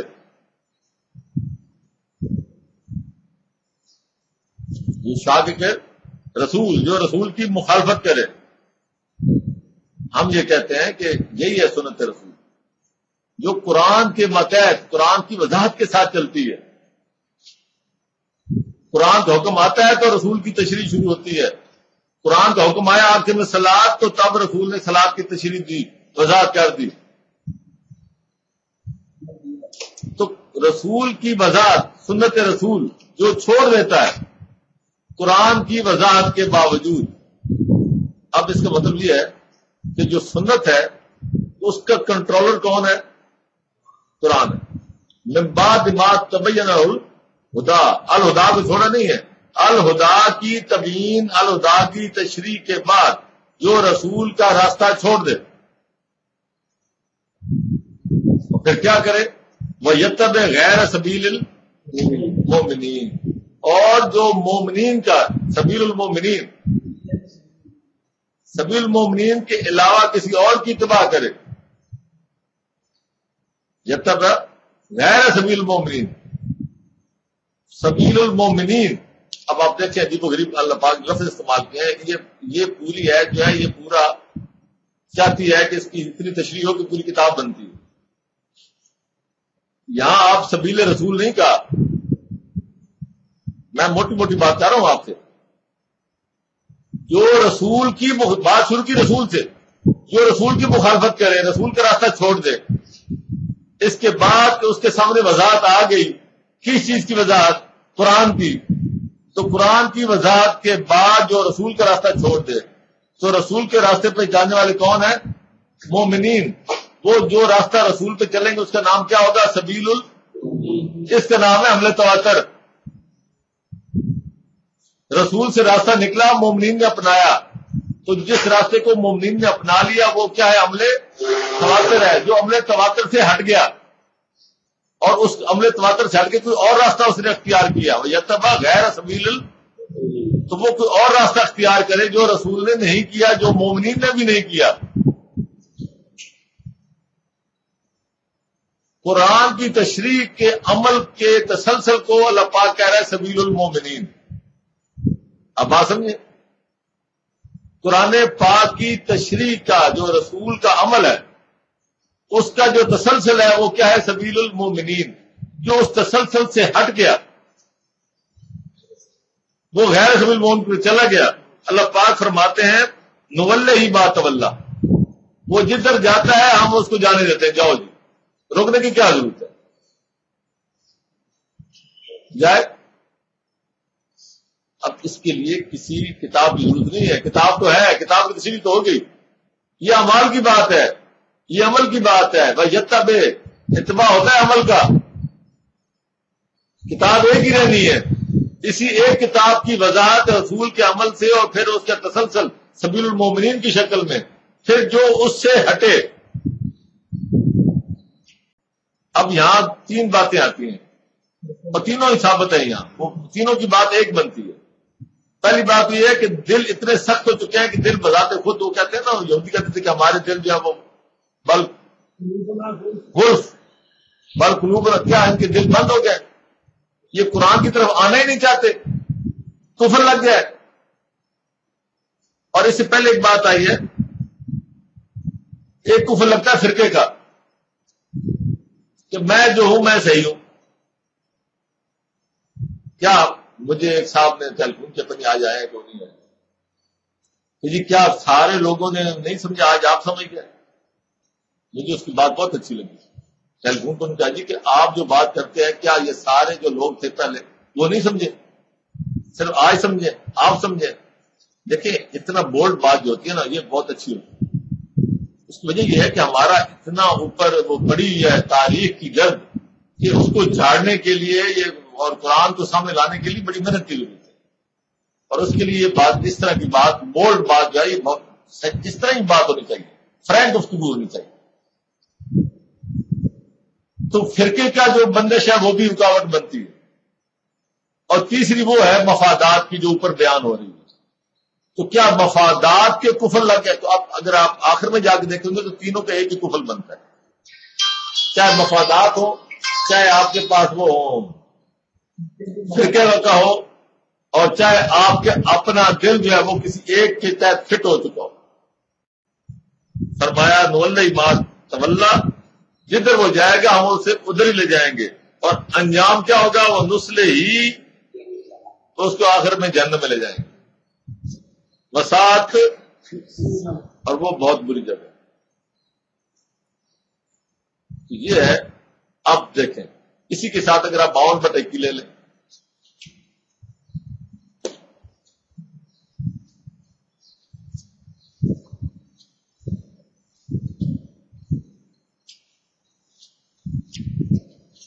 وہاں تھا نا سبیل المومنین, اب یہاں اسی کو دوسرے پیرائے میں بیان کیا. والذین آمنوا 52/21 جو قرآن شریف میرے پاس ہے اس کا صفحہ نمبر ہے 680. والذین آمنوا وہ لوگ جو ایمان لائے, واتبعتہم ذریتہم بایمان, اور اسی ایمان کے تحت ان کی اولادوں نے ان کی اتباع کی. جب ہو گیا نا مومنین, تسلسل مان گیا, سبیل المومنین مان گیا. ان الذین آمنوا واتبعتہم ذریتہم بایمان, اور اسی ایمان کے ساتھ ان کی اولادوں نے ان کی ذریت نے ان کی اتباع کی. تو یہ ایک تسلسل چلا. الحقنا بہم ذریتہم, ہم ان کی اور ذریت کو انہی کے ساتھ ملائیں گے. کس طرح ملائیں گے؟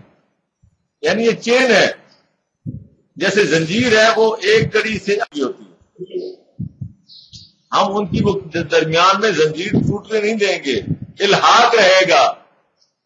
زنجیر ہوتی یہی ہے جو آپس میں ملحق رہے, ساتھ وہ کڑی کے ساتھ کڑی ملتی جائے. اللہ پاک فرماتا ہے کہ ہم یہ کڑی چلاتے رہیں گے, درمیان میں توڑیں گے نہیں, ان کو ملحق رکھیں گے, الحاق رکھیں گے. یہی لفظ استعمال کیا, الحقنا بہم ذریتہم, ہم ان کی ذریت کو اسی چین کے ساتھ ایک تسلسل بنا دیں گے. تسلسل کس لفظ سے آیا ہے پتہ ہے آپ کو؟ تسلسل کا معنی کیا ہے عربی میں؟ سلاسل. سلاسل زنجیر کو کہتے ہیں, چین کو کہتے ہیں. یہ وہی چین بن رہی ہے. اللہ فرمایا وما التناہم من املہم من شیء, وہ چاہے بعد میں آئے ذریت, لیکن ان کے اعمال میں درجات کے لحاظ سے کوئی کمی نہیں ہوگی. یہ نہیں ہے کہ پہلے والوں کی نماز کی درجے زیادہ ہوں اور بعد والے جو ہیں ان کے نماز کے درجے کم ہو جائیں. پہلے والے کے روزے کے درجے زیادہ ہوں اور بعد والوں کے کم ہو جائیں درجات. پہلے والوں کی حج یا اس کے درجات زیادہ ہوں اور بعد والوں کے حج کے درجات کم ہو جائیں. ایسا نہیں ہوگا. جو چین کے ساتھ, تسلسل کے ساتھ, عمل تواتر کے ساتھ منسلک رہیں گے ان کے اعمال میں کوئی کمی نہیں ہوگی. کل امری بما کسب رہین, اصل بات یہ ہے کہ ہر بندہ جو ہے وہ اپنے اعمال کا رہن رکھا ہوا ہے. ہر بندہ. یہ نہیں ہے کہ وہ کہ میں نے اب چونکہ ان کے ساتھ وہ لگتا ہی تب ہے, چین بنتی ہی تب ہے جب تک وہ اپنے اعمال کے ساتھ ان کے ساتھ ملائے نہیں. یہ نہیں ہے کہ اعمال اور کرے اور کہ میں تواتر پہ ہوں. یہ چین الفاظ میں ہر بندہ اپنے اعمال کا, یعنی اس کا چھٹکارا کس چیز سے ہونا ہے. یہاں ایک غلطہ بھی دور کر, لوگ کہہ سکیں گے کہ جی چین تو یہ ہوتی ہے نا کہ اوپر والی کڑی جو ہے دو کنڈے اگر وہ جنت میں لے گئے تو باقی چین بھی ساتھ کھینچی جائے گی, جنت میں چلی جائے گی. ہمارے ہاں یہ تصور دیتے ہیں نا. تو اللہ پاک فرمایا کہ یہ چین ساری دنیا میں چلنی ہے, قیامت کے دن ہر کڑی جو ہے وہ الگ الگ ہوگی اور ہر ایک نے اپنے اپنے عمل کی بنیاد پہ آگے جانا ہے. عمل اپنا ہے. یہ نہیں ہے کہ میں تیرے لڑ لگی ہوں. لجپال لفظ یہیں سے آیا ہے. لجپال کہ میں نے تمہارا وہ لج وہ جانا تمہارا وہ پلو پکڑ لیا مجھے وہ لے جاؤ ساتھ ہی. ایسے نہیں ہوگا. آپ نے اپنے اعمال کے ساتھ آپ نے آگے جانا ہے. تو یہ بات جو تھی اسی حوالے سے میں ان الذین ارتدوا علی ادبارہم، اگر وہ لوگ جو کہ چھوڑ دیں اس کو، ایک چین چلی ہوئی ہے حملے تواتر کی اور اس کو اگر وہ چھوڑ دیں پیچھے ہو جائیں تو یہ ہے شیطان کا. شیطان سول لہم. یہ فرقے کیسے بنے؟ یہ چین توڑ کے بنے، اپنی اپنی چینیں چلائی ہیں. یہ ہے شیطان سول لہم. شیطان نے ان کے لیے بہت ہی خوشنما چیزیں بنا دی، ان کو اسی بات پہ سوار کے رکھ دیا ہے، اسی بات کو خوشنما کر کے رکھ دیا ہے کہ ہم ٹھیک ہیں. وہ جی رسول اکرم کی حدیث ہے، یہ کہتے ہیں. میں نہیں مانتا اس حدیث کو، چاہے کہیں بھی ہو، مجھے سے غرض ہوتی نہیں ہے کہ کہاں ہے، بخاری شریف میں ہے یا کسی آخری کتاب میں. میں تو یہ کہتا ہوں جو قرآن کے مطابق ہم اس کو لیں. قرآن یہ کہتا ہے ان الذین فرقوا فی دینہم وکانوا شیعا، جن لوگوں نے دین میں فرقے بنا لیے اور گروہ در گروہ ہو گئے. لست منہم فی شیء، اے نبی تمہارا ان کے ساتھ کوئی تعلق نہیں. اور اگر ہمیں حدیث یہ بیان کی جائے، یہ روایت ہے حدیث نہیں ہے، روایت یہ ہے کہ رسول اکرم صلی اللہ علیہ وسلم نے فرمایا کہ میری امت میں 73 فرقے ہوں گے جس میں ایک فرقہ ناجیہ ہوگا. اللہ پاک فرما رہے ہیں کہ جو فرقوں میں بٹ گیا وہ تیری امت میں ہے ہی نہیں. اور یہ فرما رہے ہیں کہ میری امت. آپ کو شاید علم نہیں ہے کہ رسول اکرم کی امت میں پورا یورپ بھی ہے، رسول اکرم کی امت میں پورا افریقہ ہے، رسول پاک کی امت میں جتنی دنیا ہے. یا ایھا الناس انی رسول اللہ الیکم جمیعا. رسول اکرم صلی اللہ علیہ وسلم پوری انسانیت کے لیے رسول ہیں، وہ چاہے کوئی بھی ہے. امت کا مطلب یہ تھوڑی ہے کہ امت کا مطلب تو یہ ہے کہ جتنے لوگ اب آپ کے عرصہ رسالت جو کہ قیامت تک کے لیے جو لوگ آئے ہیں اور آتے رہیں گے دنیا میں جہاں جائیں، اب وہاں رسول کیا ہے؟ رسول اکرم صلی اللہ علیہ وسلم. انہی کے یہ سب کی طرف ہے. تو اب جو بھی رسول اکرم صلی اللہ علیہ وسلم کے ساتھ نتھی ہوگا وہی ان کی امت میں ہے. یہ نہیں کہ آپ کہیں کہ میری امت میں 73 فرقے. فرقہ تو ہوتا ہی ہے جو پھٹ جائے. فرقے کا مطلب یہی ہے پھٹ جانے والا. ان الذین فرقوا، جنہوں نے دین کو پھاڑ دیا. دین کو پھاڑنے والا حضور کی امت میں کیسے ہو سکتا ہے؟ یہ دل کے بہلانے کو غالب یہ خیال اچھا. تو 73 فرقے کہتے ہیں ایک فرقہ ناجی ہوگا، اور ہر فرقہ وہ کہتے ہیں وہ میں ہوں، وہ نجات والا میں ہوں. تو میں بھی رانی تو بھی رانی، کون بھرے گا پانی؟ سارے فرقہ ناجی ہیں اور یہی بحثیں کرتے ہیں. اس بات کی طرف کوئی نہیں آتا کہ فرقہ بذات خود بنانا، فرقے سے منسوب ہونا یہ سب سے بڑا گناہ. کتابوں کے نام یہی ہوتے ہیں، دھماکہ دیوبندی، آگے ہوتا ہے اس کا وہ کہتے ہیں دھماکہ دیوبندی. انہوں نے بریلیوں کے بارے میں لکھ دیا کہ دیوبندیوں کی طرف سے دھماکہ ہے.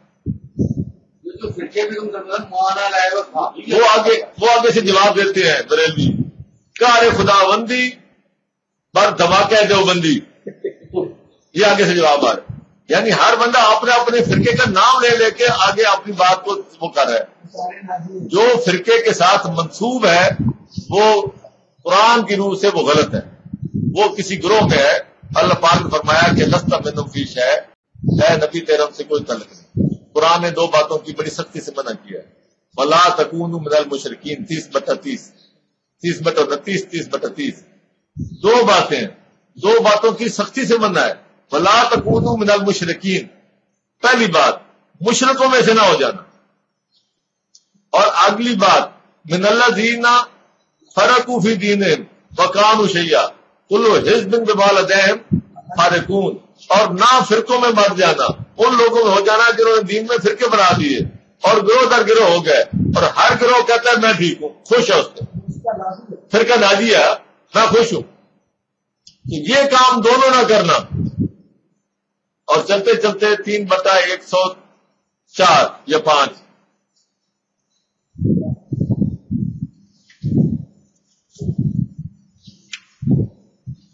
3/105 صفحہ نمبر 83 وَلَا تَكُونُوا كَالَّذِينَ تَفَرَّقُوا، وَلَا تَكُونُوا مت ہونا ایسے. یہ مسلمانوں سے خطاب ہے، ذرا سمجھیں، یہ کافروں سے خطاب نہیں ہے. یہ ایسا ہوتا ہے، یہ ہمیشہ ایمان والوں پر ہی شیطان حملہ کرتا ہے. کافر تو پہلے ہی شیطان کے ساتھ ہے، ان پر حملے کی کیا ضرورت؟ الشیطان سول لهم، شیطان ہی ان پر حملے کرتا ہے. ولا تکونوا، اللہ پاک کہہ رہے ہیں مومنوں سے، ولا تکونوا کالذین، ان لوگوں کی طرح نہ ہو جانا، تفرقوا جنہوں نے دین کو پھاڑ دیا، فرقے بنا دیے، واختلفوا آپس میں اختلاف کیے. اور کس چیز کا نام ہے؟ اختلاف کو بھی منع کیا ہے. من بعد ما جاءهم البینات، جبکہ یہ قرآن آ گیا ان کے پاس، بینات کے بعد اختلاف کرنا یا فرقے بنانا، اس کا مطلب اس کو چھوڑیں گے تو بات بنے گی، تب فرقے بنے گی. قرآن کے ہوتے ہوئے فرقہ نہیں بنتا. علمی بحث رہ جاتی ہے، ٹھیک ہے طرح سمجھا، ٹھیک ہے میری علمی کمزوری ہے، کوئی دوسرا مجھے سمجھا سکتا ہے کہ جناب صاحب کا یہ مطلب ہم لیتے ہیں. ہم کسی بات کے لیے میں تو خاص علماء کے پاس جاتا ہوں، قرآن کی آیات لے کے جاتا ہوں کہ یہ مجھے سمجھائیں یہاں کیا یہ معنی بھی ہو سکتا ہے، کیا یہ بھی ہو سکتا ہے، کیا یہ بھی ہو سکتا ہے. ایک دفعہ ایسا ہوا ہے کہ ہاں جی یہ بھی ہو سکتا ہے، یہ بھی ہو سکتا ہے، صحیح کیا ہے؟ تو ہم تو کوشش کرتے ہیں، اور اس میں کوئی فرقے والی بات نہیں ہوتی. علمی بحث ہے، علمی معاملہ.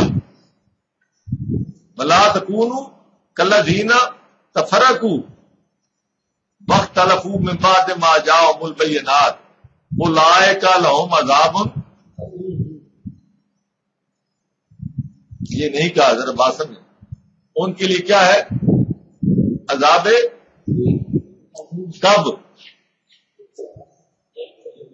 کب عذاب عظیم؟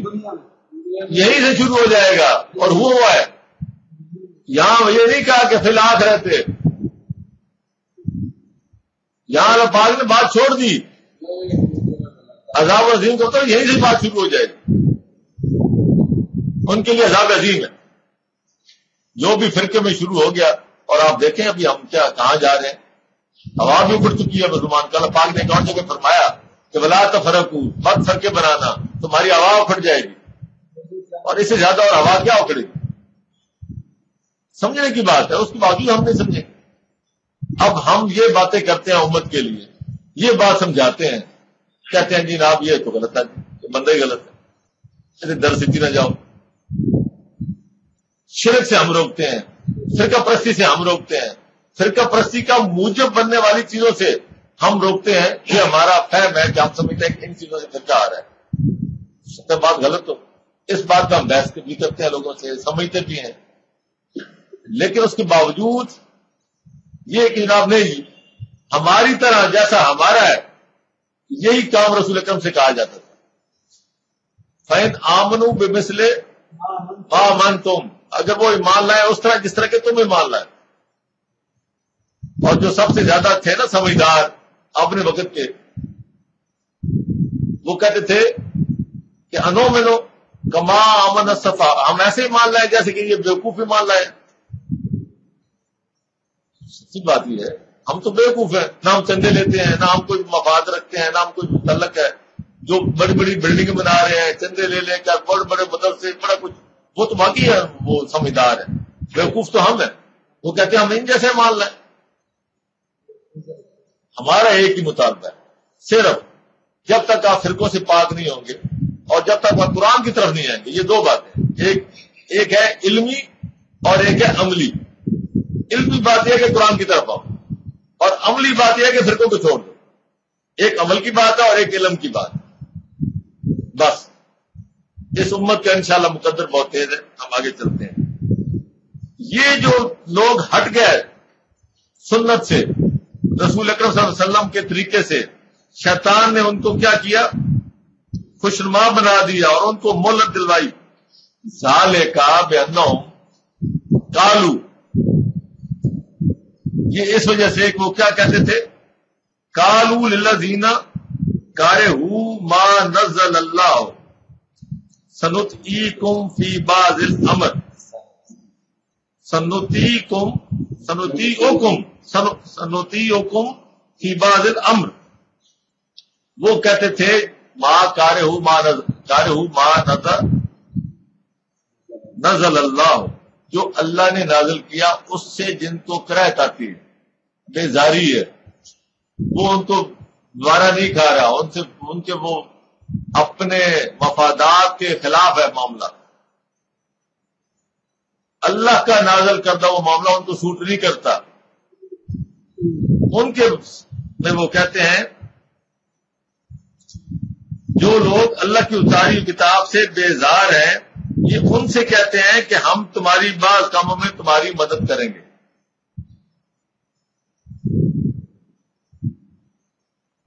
وہی لوگ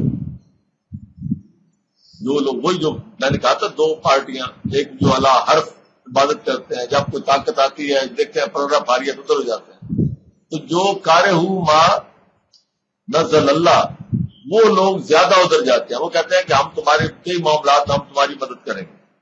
واللہ یعلم اسرارہم، جبکہ اللہ تعالیٰ ان کے دلوں کے بھید جو ہے وہ جانتا ہے، اسرار اس میں پوشیدہ جو معاملات ہیں وہ اللہ پاک ان کو جانتا ہے۔ فکیف اذا توفتہم الملائکۃ یضربون وجوہہم وادبارہم، اور پھر اس وقت ان کا کیا حال ہوگا جبکہ موت کے وقت فرشتے ان کے چہروں پر اور ان کی پیٹھوں پر مارتے ہیں۔ یہ ایک مسئلہ ہے، جب فرشتے آتے ہیں، یہ ابھی کیونکہ ٹائم نہیں رہا، ہم انشاءاللہ اگلی دفعہ اس کو ڈیٹیل میں لیں گے۔ یہ ویسی بات ہے جو آپ کو نہیں پتا، جو مجھے پتہ نہیں ہے، یہ اللہ پاک نے ہمیں بتائی ہے، نہیں ہے نہ کسی نبی کو پتا نہ کسی اور کو پتا، یہ سراسر اس بات کا تعلق ایمان کے ساتھ۔ اللہ پاک فرماتے ہیں کہ جو ہمارے گستاخ ہیں، جو ہمارے انکاری ہیں، جن کو ہماری نازل کردہ کتاب سے کراہت ہے، ان کے معاملے میں ہوتا یہ ہے کہ فرشتے جب ان کی موت جب واقع ہوتی ہے تو ان کے چہروں پر اور ان کی پیٹھوں پر فرشتے جو ہے ضربے لگاتے ہیں، یضربون، ضربے لگاتے ہیں۔ اب یہ وہ معاملہ ہے کہ وہ اس بین و ما برزخ، یہ معاملہ ان کا اور اللہ کے درمیان ہوتا ہے، ہمارے سامنے ہوتے ہیں، جان کرنے کی حالت ہمارے سامنے ہوتی ہے، سب کچھ یہی ہو رہا ہوتا ہے ہمارے سامنے، لیکن ہمیں نہیں پتہ۔ اللہ پاک بتا رہے ہیں کیسا ہوتا ہے۔ بہت سارے معاملات ایسے ہیں جو دنیا میں ہوئے، اللہ پاک نے بعد میں ہمیں بتایا کہ ایسے ہوا۔ جیسے میں کئی دفعہ مثال دیتا ہوں کہ اللہ پاک فرماتے ہیں کہ ہم نے موسیٰ کی ماں کی طرف وحی کی کہ اسے اپنے بچے کو دریا میں ڈال دے۔ یہ تو اس دور میں کسی کو پتہ ہی نہیں، جب موسیٰ کی ماں نے بچے کو دریا میں ڈالا کیوں؟ ہو سکتا ہے لوگ یہ کہیں کہ موسیٰ کی ماں بہت ہی انہیں مطلب مندی کا ثبوت دیا، یہ کیا وہ کیا، اپنے خیالات کے گھوڑے دوڑاتے رہے، یا کوئی یہ کہے کہ جو اسے تو باپ کی طرف سے بڑا ظلم کر دیا تھا، بچے کو وہاں ڈال دیا تھا، یہ تو اللہ نے بچا لیا۔ یہ انسان اپنے گھوڑے دوڑاتا ہے، لیکن اس کے پیچھے حقیقت کیا تھی؟ یہ 1400 سال بعد جا کے 1800 سال بعد جا کے رسول اکرم کے زمانے میں اللہ پاک نے قرآن کے ذریعے بتائی کہ یہ کام جو موسیٰ کی ماں نے کیا تھا یہ ہم نے اس کو وحی کی تھی کیسے کرا۔ اس طرح بہت سارے کام ایسے ہیں جو ہو رہے ہیں، جو اللہ پاک کے حکم کے تحت ہو رہے ہیں، ہم اپنے حساب سے اپنی عقل سے ان کو جج کر رہے ہوتے ہیں۔ آج جن کا پلڑا بھاری ہے، ہو سکتا ہے اللہ پاک ان کو کہاں کہاں لے جا کے کہاں پھنسانا چاہتے ہیں، کیا آگے انجام ہے ان کا، اور جو آج مار کھا رہے ہیں ہو سکتا ہے اللہ پاک کل ان کو بھی کوئی ہدایت دے دے اور یہ ایک پلیٹ فارم پہ آ جائیں اور کل کو پلڑا۔ یہ اللہ پاک کی ایک بسائی بساط ہے، یہ شطرنج ہے اللہ پاک کی، یہ سب چیزیں اس کے اپنے ہاتھ میں ہیں۔ کوئی امریکہ ہو، روس ہو، کوئی ہو، اس کی طاقت سے باہر نہیں ہے۔ بڑے بڑے فن خان قرآن بتاتا ہے، آل فرعون کے والے سے بات کی، بلکہ ایسی جگہ بات کی کہ ہم نے ایسے ایسے لوگوں کو، ایسی ایسی قوموں کو غرق کیا کہ تم جو ہے وہ ان کے برابر کچھ بھی نہیں، تم سے بھی وہ زیادہ طاقت میں، شد و قوت میں آثار، تم سے بھی زیادہ قوت میں وہ آثار، اور اپنے غلبے میں، اپنے دبدبے میں سب سے آگے تھے، لیکن جب اللہ تعالیٰ کی طرف سے وقت آیا تو پتہ بھی نہ چلا ان کا. تو در حقیقت یہ ہمارے امتحان ہے. میں اکثر یہ لوگوں سے کہتا ہوں، یہ جو ابھی ہمارے مٹھی بھر لوگ ہیں بیچارے فرقوں میں بٹے ہوئے، اس کے باوجود چند لوگ ہیں، پورا یورپ جو کپ کپا آ رہا ہے. یہ صرف ابھی جھلک ہے. یہ جو جہادی لوگ ہیں، یہ اگر آپ سمجھیں کہ یہ صحیح پلیٹ فارم پہ ہوں، پوری امت ان کے پیچھے ہو اور ایک پوری تھیم کے ساتھ ہی آگے آئے، تو آپ سمجھتے ہیں کہ دنیا ان کے آگے ٹھہر سکتی ہے. صرف آج پاکستان میں کوئی اللہ کا خوف رکھنے والا، صرف اللہ کا خوف رکھنے والا کوئی حکمران آ جائے، وہ صرف اتنی ہی فوج کے ساتھ، اتنی عوام کے ساتھ جو آپ کے پاس پوٹینشیل ہے، دنیا کی کوئی طاقت نہیں ٹھہر سکتی. یہ تو سامت، یہ اللہ پاک پر نشانی آ رہی ہے. ہم اس طرف نہیں آ رہے. ہمیں وہ اپنی موت کی موت ہے. ہم یا بدون اعلی حرف، ہم کنارے کنارے پہ ٹھیک ہے جی، ڈالر ملتے رہے تو ٹھیک ہے جی، بندے ہم آپس میں لگے رہیں. جب ڈالروں سے بے نیاز کوئی آ جائے گا تو پھر آپ دیکھیں گے کہ یہ قوم کہاں جاتی ہے. یہ کوئی مسئلہ ہی نہیں ہے. جتنا سا اسرائیل ہے وہ بے نیاز ہے سب سے، سب کو اس نے آگے لگایا ہوا. نہ وہ امریکہ کی سنتا ہے نہ کسی کی سنتا ہے، وہ اپنی بات کرتا ہے. اگر آپ آ جائیں اسی لیول پہ، آپ کو پیچھے تو اللہ تعالیٰ کی طاقت ہے، اللہ تعالیٰ کی تائید ہے. وہ قوم کو اس کے بارے میں اللہ فرمایا کہ یہ کیا ہے، پر لعنت تعالیٰ کی، یہ مغلوب ہے. صرف فرق یہ ہے کہ ایمان کی بات ہے. اور میں اس لیے بار بار کہتا ہوں کہ آپ ایک پلیٹ فارم پہ نہیں آ سکتے جب تک آپ قرآن پہ نہیں آئیں. یہ قرآن ہی ایک ایسا پلیٹ فارم ہے جو آپ کو اکٹھا کر سکتا ہے. ورنہ ایسا ہوا ہے، پلیٹ فارم بنے ہیں، 9 ستارے بنے ہیں، قومی اتحاد بنا، سب کے سامنے ہاتھوں میں ہاتھ ڈالے. تصویریں آج بھی موجود ہیں لوگوں کے پاس، اخباروں میں آج بھی موجود ہے پرانے وقت کی. یہ لوگوں کو ہوش ہے. تقریر پہ اکٹھے ہوتے تھے، باہر نکل کے اپنی الگ الگ نماز پڑھتے تھے. یہ گورنر خالد مقبول کو میں نے فوٹو دیکھا، یہ محرم آ رہا تھا تو اس وقت امن کمیٹیاں یاد آ جاتی ہیں. یہ بھی فرقوں کی وہ بیماری ہے. اگر فرقہ نہ ہوتا تو یہ امن کمیٹیاں، یہ وہ سارے معاملے ختم ہو جاتے. بہرحال تو یہ انہوں نے سب علماء کو بلایا. مغرب کی نماز کا وقت ہو گیا کہ جی نماز پڑھتے ہیں. نماز پڑھنے لگے. گورنر صاحب اندر چلے گئے وضو کرنے کے لیے. باہر نکلے تو آپ وہ فوٹو ہے اس وقت، وہ کھڑے ہیں آپ نے گورنر ہاؤس کے برآمدے باہر لان کی طرف منہ کر کے، ایک ادھر جماعت ہو رہی ہے، ایک ادھر ہو رہی ہے، ایک ادھر ہو رہی ہے. آپ وہ سوچ رہے ہیں کہ میں کس کے پیچھے پڑوں، اور میں گورنر ہوں، میں نے جس کے پیچھے پڑی وہ سارا پروگرام میرے خلاف ہو جانا ہے. وہ واپس چلے گئے، انہوں نے اپنی جا کے الگ پڑھ لی. یہ ہے ہماری. اور یہی علماء جب شام کا کھانا ہوا تو ایک ہی ٹیبل پہ ہنس ہنس کے ایک دوسرے سے مرغے چھین رہے تھے، باتیں کر رہے تھے. ہم کہاں چلے گئے؟ یہی بات ہم سمجھانے کی کوشش کرتے ہیں، باقی کوئی ایسا مسئلہ نہیں ہے. اور آگے ہے ذالک بانہم، آخری ہے ذالک بانہم متبعوا ما اسخط اللہ وکرہوا رضوانہ فاحبط اعمالہم. یہ سارا جو ان کو سزا ملے گی موت کے وقت میں، یہ اس وجہ سے ملے گی. یہ بات دوبارہ دہرائی ہے. بات پیچھے بات بھی یہی ہے، ما کرہوا. اگلی بات پھر دہرائی ہے کہ کہیں غلط فہمی نہ ہو جائے، اس آیت کی تشریح کہیں اور نہ چلی جائے. یہ جو ضربیں لگنے والی ہیں، یہ ضربیں کیوں لگنی ہیں؟ پہلے بھی یہی بات کی ہے، اور آخر میں ذالک کا یہ ضربیں اس وجہ سے لگیں گی کہ انہوں نے پیروی کی اس بات کی جس سے اللہ خوش نہیں ہے. کیا اللہ فرقہ پرستی سے خوش ہے؟ آپ سمجھیں، جو بات اللہ کو ناپسند ہے اگر یہ اس کی پیروی کریں، اللہ پاک کہتا ہے کہ اتباع کرو کس کا؟ رسول کا. عمل کرو قرآن پہ. ربنا آمنا بما انزلتا، اے اللہ ہم ایمان لائے اس چیز پر جو تم نے نازل کی. وتبعنا الرسول 52، اور ہم پیروی کرتے ہیں رسول کی. یہ دو ہی تو باتیں ہیں. ایک ہے علم کی بنیاد، وہ ہے قرآن، اور ایک ہے عمل کی بنیاد، وہ ہے رسول.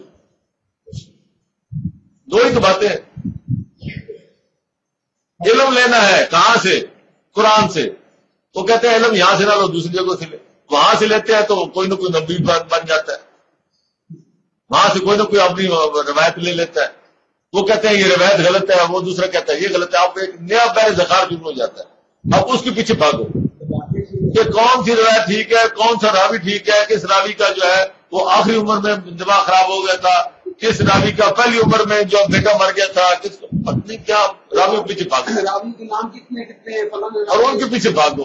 وہ کہتے ہیں یہ راوی جو تھا اس نام کے 2 راوی تھے، یہ فلاں ہے. یعنی ایک نیا اتنا بیر ذخار آپ کے سامنے کھلتا ہے، آپ حیران ہو جاتے ہیں. وہ کہتے ہیں یہ علم ہے، کہتے ہیں یہ علم ہے. قرآن کہتا ہے العلم، یہ ہے، یہ العلم، یہ ہے. آگے فرمایا ذالک بأنہم اتبعوا ما اسخط اللہ وکرہوا رضوانہ.